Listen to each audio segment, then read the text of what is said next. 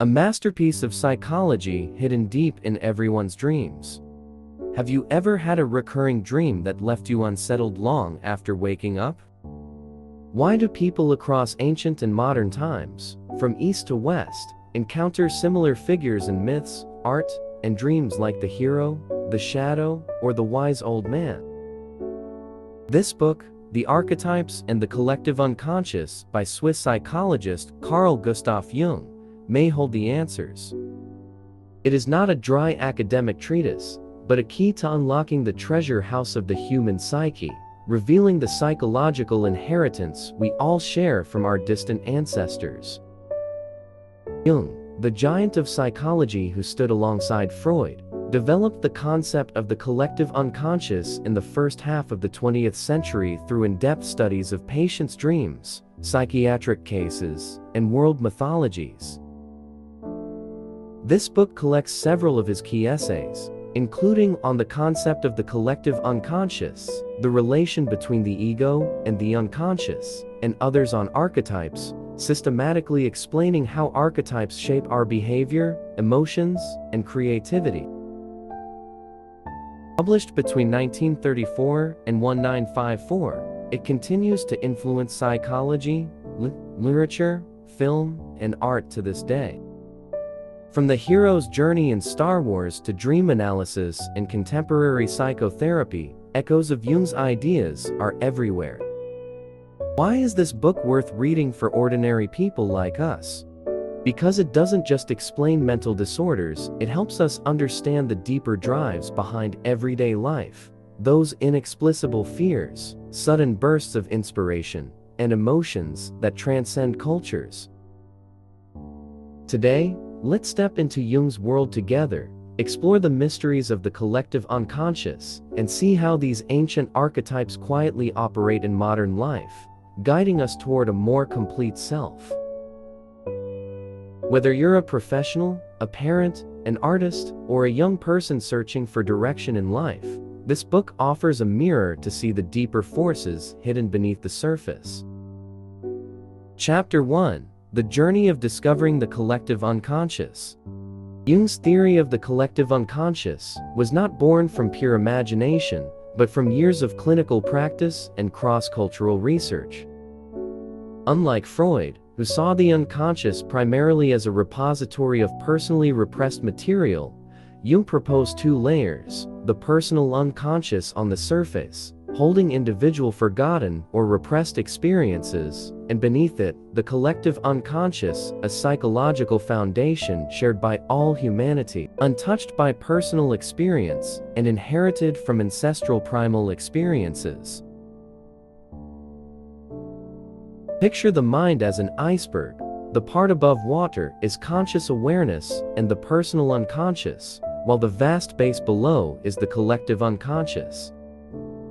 It contains psychological patterns that have recurred throughout human evolution, existing in the form of archetypes. Archetypes are not specific images, but innate tendencies, like instincts, driving us to respond in similar ways in certain situations. Jung described the collective unconscious as a psychic organ, as inherent to our psychological structure as the liver or heart is to the body. The discovery process was full of drama. As early as 1909, while collaborating with Freud, Jung began questioning purely personal interpretations. A schizophrenic patient described a solar vision: the sun had a penis that swayed and produced wind. To Jung, this was too bizarre to explain solely through childhood experiences.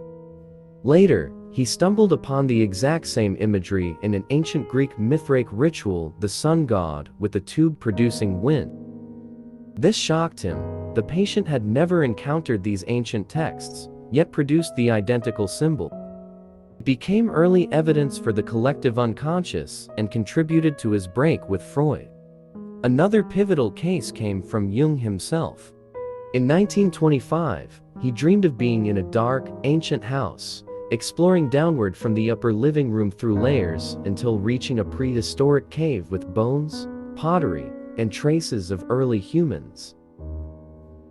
Upon waking, he realized the dream mirrored the layered structure of the psyche, the upper levels, consciousness, the deeper ones, the collective unconscious. This dream became a vivid metaphor he often used to explain psychic depth to patients. The contents of the collective unconscious manifest primarily through dreams, visions, art, and mythology. It remains consistent across cultures, universally present. Jung examined myths from Egypt, Greece, India, Africa, as well as Christianity and alchemy, finding common themes. This convinced him that deep in the human psyche lies a shared psychological gene pool. For example, creation stories in African tribes often feature the separation of heaven and earth from chaos. In ancient Chinese mythology, Pangu separates heaven and earth in a similar structure. These are not cultural borrowings, but spontaneous manifestations of archetypes. Jung also noted that children's dreams and fantasies often directly reflect the collective unconscious, since their personal experiences are still limited.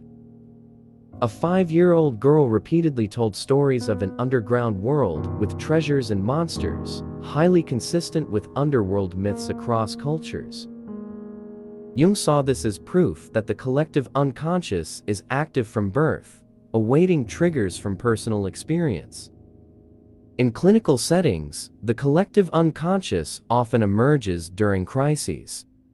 Middle-aged people facing life transitions frequently dream of grand symbols like oceans, forests, or ancient cities. These images go beyond personal memory, carrying a numinous quality, helping individuals reorient their lives. Jung warned that ignoring these signals can lead to psychological imbalance or even neurosis. Evidence also comes from synchronicity, meaningful coincidences. One of Jung's patients dreamed of a golden scarab. The next day, a similar beetle flew into the therapy room window. Such events, in Jung's view, bridge the collective unconscious and the external world, transcending causality. Through these discoveries, Jung laid the foundation for analytical psychology. He reminded us that modern people, overly focused on rationality, have severed ties with the collective unconscious, leading to inner emptiness. Reconnecting with this heritage restores depth and meaning to life. Jung further noted that the collective unconscious is not only the foundation of individual psychology, but also the root of culture and civilization. It explains why distant peoples develop similar rituals, totems, and taboos independently. For instance, many primitive tribes hold beliefs in the immortality of the soul, not coincidence, but the archetype of death and rebirth manifesting collectively. Even in modern scientific societies, funerals and memorials unconsciously reenact these ancient patterns, laying flowers, moments of silence, or lighting candles. Behind these acts, the collective unconscious comforts us in the face of existential anxiety. Recognizing this fosters greater tolerance toward diverse cultural traditions, rather than dismissing them as mere superstition. Instead, it reminds us that humanity is connected at the deepest level, a connection transcending language, time, and borders. Chapter 2: The Nature of Archetypes and Core Types. Archetypes are the core units of the collective unconscious. Jung emphasized that archetypes themselves are not fixed images, but potential forms like the growth pattern of crystals. The seed is the same, but the crystal varies with environment. In the psyche, archetypes manifest as symbolic images when triggered. These images vary by culture and era, yet retain core meanings. The most famous archetypes include the persona anima or animus, shadow, wise old man, and self. Let's examine how they quietly influence our daily lives. First, the persona, the social role we present outwardly, like a mask we wear. It arises from the human need to adapt to society, but over-identification with it can lead to personality fragmentation. Jung observed many middle-class patients experiencing midlife crises, suddenly rejecting their careers and lifestyles because the persona had suppressed their true inner self. A successful British businessman, one of Jung's patients, long played the perfect husband and executive, yet repeatedly dreamed of a filthy tramp. This was his shadow rebelling against the persona's facade. Outwardly polished, inwardly, he craved freedom and adventure. Later, through integration, he resigned his executive position for charity work, and life regained vitality. Next, the anima, the inner feminine image in men, and animus, the inner masculine image in women. These are projections of the opposite sex archetype, helping us connect with our inner other half. Men often project the anima onto partners, leading to idealization or disappointment. Jung himself admitted that early feelings toward his wife involved anima projection. A classic example is Goethe's Faust. Faust's pursuit of Gretchen embodies the anima, guiding from sensual love to spiritual elevation. In reality, a German female patient repeatedly dreamed of a domineering military figure, her animus pushing her toward rationality and independence. Originally emotion-dominated and compromising in marriage, recognizing the animus helped her express opinions, improving harmony. The shadow is the darkest part of personality, containing repressed instincts, desires, and flaws. It is often projected onto others, causing prejudice or hostility. Jung said, "Everyone carries a shadow, and the less it is embodied in the individual's conscious life, the blacker and denser it is." An American client's therapist noted constant hostility toward colleagues, accusing them of laziness and selfishness.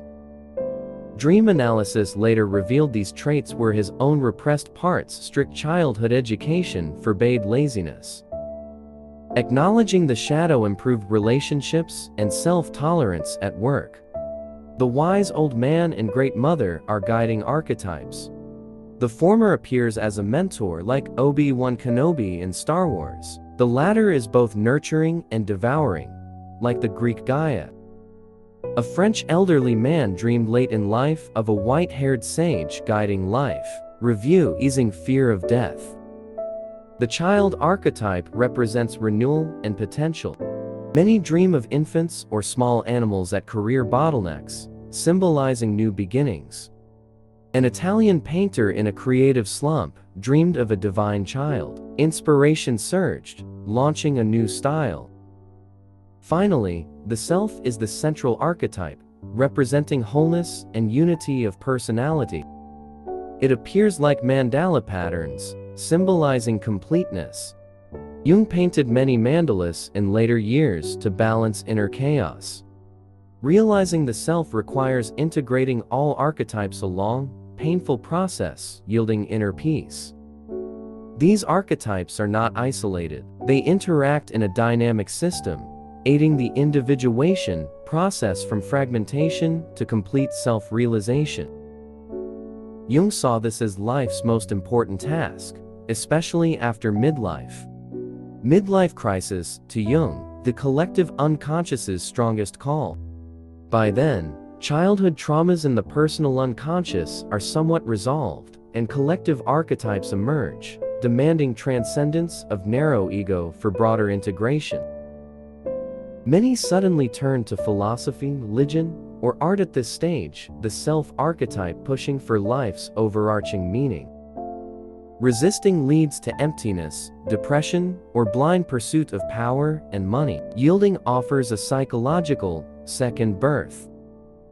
Jung stressed individuation is not selfish withdrawal, but by becoming whole, better contributing to society, an integrated shadow bearer won't easily project darkness onto others. Chapter 3: Archetypes manifesting in myths and dreams. Archetypes appear most vividly in myths and dreams. Jung viewed myths not as random fantasy, but natural expressions of the collective unconscious.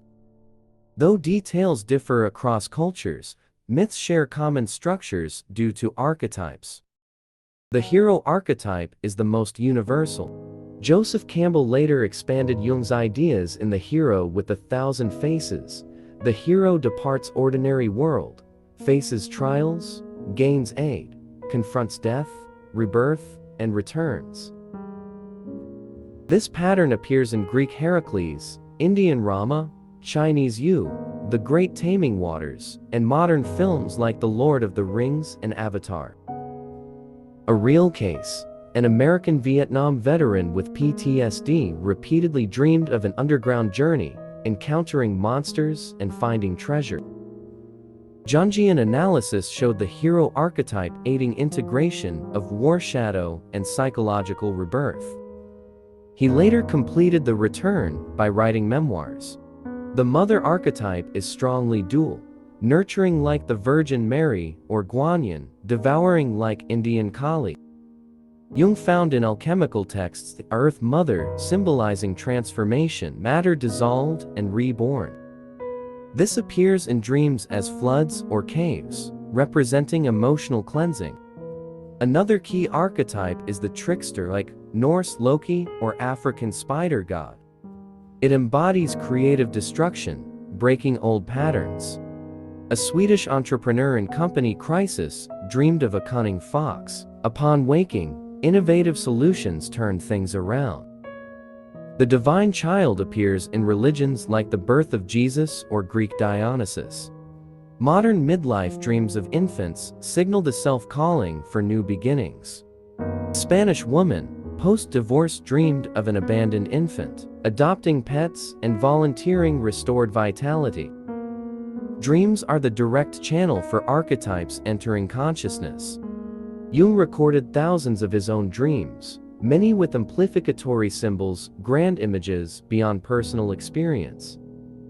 A patient dreamed of a black mandala with golden light at the center, later finding similar patterns in Tibetan Buddhism. This proved collective origin. Jung also studied spontaneous mandalas in schizophrenic patients' drawings. Patients in a Swiss asylum, aware of mandalas, drew symmetrical circles, aiding balance recovery. This echoes Eastern traditions, Chinese Taoist Taiji diagram, Indian yoga mandalas, all embodying the self-archetype. Through mythological comparison, Jung proved archetypes transcend time and space. Native American sun worship shares rituals with ancient Egyptian Ra. Australian Aboriginal Dreamtime aligns closely with Jung's collective unconscious.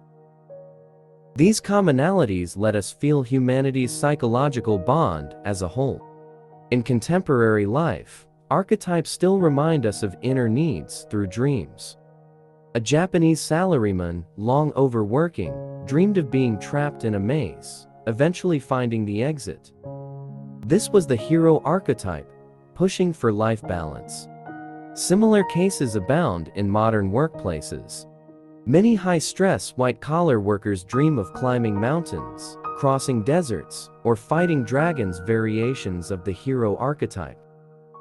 They remind us life is more than repetitive work and consumption. It calls for inner adventure, facing fears, breaking limits, and returning with personal treasure, perhaps truer career choices, deeper relationships, or new self-understanding. Jung believed taking dreams seriously, not dismissing as mere stress, provides guidance, shifting life from mechanical repetition to meaningful journey. Chapter 4: The Power of Archetypes in Art and Culture. Archetypes operate not only in individual psychology, but drive cultural creation. Literature, painting, and film are deeply influenced. They are modern myths of the collective unconscious. Shakespeare's plays abound with archetypes. Hamlet's shadow confrontation, Lady Macbeth, dominated by animus. Modern literature like Thomas Mann's The Magic Mountain portrays the protagonist's individuation journey. Joyce's Ulysses places the hero's journey in one Dublin day. In painting, Jung saw Picasso's Cubism as an eruption of the collective unconscious, fragmented forms reflecting Europe's post-we psychic split. Jung collected alchemical illustrations as visual expressions of archetypal symbols. Swiss painter Paul Klee's works often featured mandala-like patterns, aiding his mental crises. Film is a treasure trove of archetypes. George Lucas openly acknowledged Star Wars drew from Jung and Campbell. Look at the hero, the Force, the self, Darth Vader the shadow. Similarly, Neo's awakening in The Matrix is self-realization. Multi-layered dreams in Inception reflect unconscious levels. Music is no exception. Wagner's Ring cycle revives Norse mythic archetypes. Jung analyzed how it awakened German collective unconscious, misused by Nazis. Beethoven's symphonies embody heroic struggle with fate. In Eastern culture, the Chinese Taoist yin-yang diagram is a mandala, symbol of the self. Confucius, dreaming of Duke of Zhou, embodies the wise old man.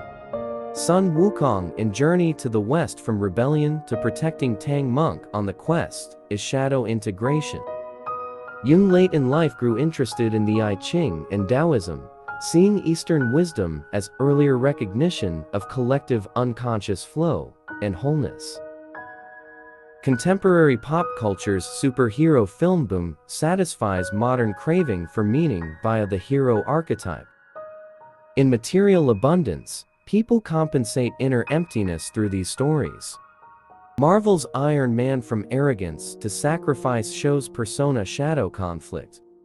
Archetypes also explain cultural phenomena like collective hysteria. 20th century totalitarian movements often activated shadow archetypes, leading to mass projection and frenzy. Conversely, Renaissance peace eras manifested collective self-archetype. In advertising and branding, archetypes are skillfully used. Coca-Cola's Santa evokes child and great mother archetypes. Apple's logo hints at the tree of knowledge and creativity. These cultural symbols quietly shape emotions and choices. Deeper still, archetypes form our perception of beauty. Why do certain melodies, colors, or stories always move us? Because they touch strings of the collective unconscious. Blue often links to anima calm. It evokes shadow passion. Many brands leverage such associations. Luxury emphasizes timeless classic for self-wholeness. Sports brands highlight conquer yourself to activate the hero. These invisible mechanisms make consumer behavior far beyond rational calculation. Jung in later years focused on post-war abstract expressionism, seeing chaotic lines and colors as direct eruptions of collective unconscious trauma. It reminds us true art is not decoration, but testimony to deep psychic forces. When we appreciate a painting or film, we unconsciously dialogue with ancient ancestors, healing our own splits. Chapter 5: Archetypes and Modern Psychotherapy. Jungian analytical psychology is founded on archetypal theory. The therapeutic goal is individuation, integrating unconscious contents for personality wholeness. DreamAnalysis is central in treatment. Patients record dreams. The analyst amplifies symbols, avoiding purely personal interpretation. Jung emphasized dreams' compensatory function. If consciousness leans one way, the unconscious offers the opposite. A middle-aged woman, patient, long dominated by rationality, dreamed of floods and wild beasts. This was the devouring Great Mother warning neglect of emotion. Later, through mandala painting, she integrated achieving life balance and better family ties. Active imagination, Jung's unique technique, lets patients allow unconscious images to emerge spontaneously and dialogue with them. One patient imagined talking to his shadow figure, eventually reconciling and reducing anxiety. Originally quick-tempered, dialogue revealed anger rooted in childhood lack of security. Jung also used word association tests to detect complexes, knots of personal unconscious, and archetypes. Delayed or abnormal reactions signal complex activation, quickly locating roots. In group therapy, archetypes explain cultural conflicts. Immigrants often struggle with anima projection, causing relationship issues. A Middle Eastern male patient idealized Western women, disappointed in marriage. Recognizing anima helped him seek emotional wholeness inwardly. Modern Jungians like Marie-Louise von Franz continued studying fairy tale archetypes to aid child personality development. In Little Red Riding Hood, the wolf is shadow, the forest unconscious, the tale guides facing fear. Archetypal theory influences existential and transpersonal therapy, emphasizing spiritual dimensions over mere pathology. Many contemporary mindfulness practices, like mandala drawing therapy, stem directly from Jung. In corporate consulting, archetypes aid team building. Leaders often carry projected wise old man. Employees may activate shadow, causing infighting. Workshops recognizing dynamics improve cooperation. Archetypal perspective also helps trauma processing. Hero images and war survivors' dreams serve as resources for healing. Chapter 6: The Double-Edged Sword of Archetypes and Their Shadow Side. Though valuable heritage, archetypes have a dangerous side. When not consciously integrated, they dominate negatively, causing personal and collective disasters. The shadow is most dangerous. If denied, it becomes autonomous, leading to neurosis or psychosis. Jung said, "One does not become enlightened by imagining figures of light, but by making the darkness conscious." A successful lawyer constantly accused others of dishonesty, later discovering his own work concealments. Acknowledgement brought true relief. Historically, crusades and witch hunts were collective shadow projections. Modern racial prejudice and homophobia similarly stem from unintegrated shadow. Anima possession in men causes moodiness and irritability. Animus possession in women leads to opinionated rigidity. A British female manager argued aggressively in meetings, ignoring team feelings. Therapy revealed animus influence, softening effective leadership. On collective level, archetypes can be politically exploited. 20th century dictators activated savior archetype. Masses projected self, leading to blind obedience. Jung warned of this risk in the 1930s, stressing consciousness raising. Another danger is inflation, identifying with an archetype, believing oneself messiah-like, causing psychic inflation. Spiritual seeker dreamed of glowing yet neglected daily life, ending isolated. Jung's late alchemical reflections found transformation requires nigredo shadow dissolution for rebirth. This reminds growth demands courage, facing darkness, not escape. Real case, an entrepreneur, post-success, dreamed, soaring, then crashing. Self-archetype warned inflation. Reflection averted bankruptcy, shifting to sustainability. Negative archetypes also appear in addiction. Alcohol or drugs activate child archetype for brief regression, destroying adult responsibility. In relationships, unintegrated archetypes cause projection cycles. Partners blame each other's shadow, ignoring own issues. Recognizing archetypes breaks the cycle, fostering mature love. Chapter 7: Embracing Archetypes for a Complete Life. Recognizing archetypes ultimately serves individuation, becoming uniquely oneself while connected to all humanity. It is not instant, but a lifelong journey. Jung late in life emphasized self-realization as ongoing, especially post-midlife. Modern people often face crisis around age 40, the unconscious calling. Many then turn to spirituality, art, or service archetypes pushing. How to practice. First, record dreams, note recurring themes. Second, read myths and fairy tales, feel archetypal resonance. Third, create art. Paint, write, dance, let unconscious express. Fourth, meditate on mandalas, cultivate inner center. A French artist, Jung follower, healed depression through mandala drawing, finding life meaning. His works later inspired many. In relationships, withdraw projections, recognize partner's charm or flaws as own anima or shadow.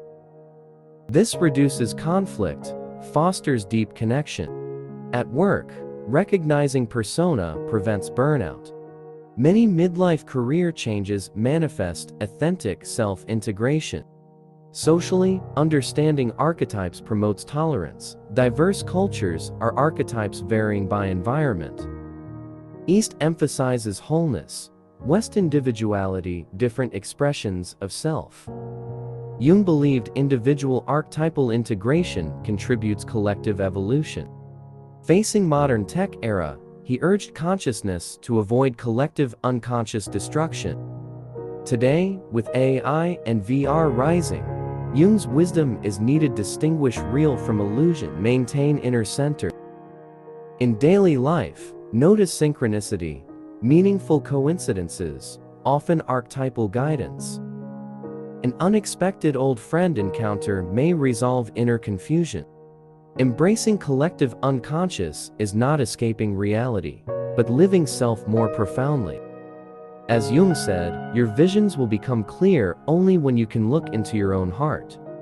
It helps transcend small ego, connect to greater existence, find life's meaning and joy. Though academic, this book is a lighthouse illuminating human psychic depths. After reading, dreams cease to be riddles, myths no longer distant, they are our shared heritage, guiding toward wholeness. In this fragmented era, Jung's thought is medicine, reminding, complete life begins with knowing inner archetypes. Today, with social media full of instant gratification and curated personas, AI simulating human creation, we need Jung's insight to guard psychic depth. The persona amplifies as online personas, shadow hides in anonymous attacks, anima or animus projected into virtual. Only by actively facing archetypes can we stay clear in information floods, not hijacked by algorithm-driven emotions. Though living a century ago, Jung foresaw modern plight. The more developed rationality, the hungrier the soul. His answer is not fleeing technology, but illuminating unconscious abyss with consciousness light, letting ancient wisdom meet contemporary life, living uniquely connected wholeness. This is why the archetypes and the collective unconscious, nearly a century later, still illuminates us.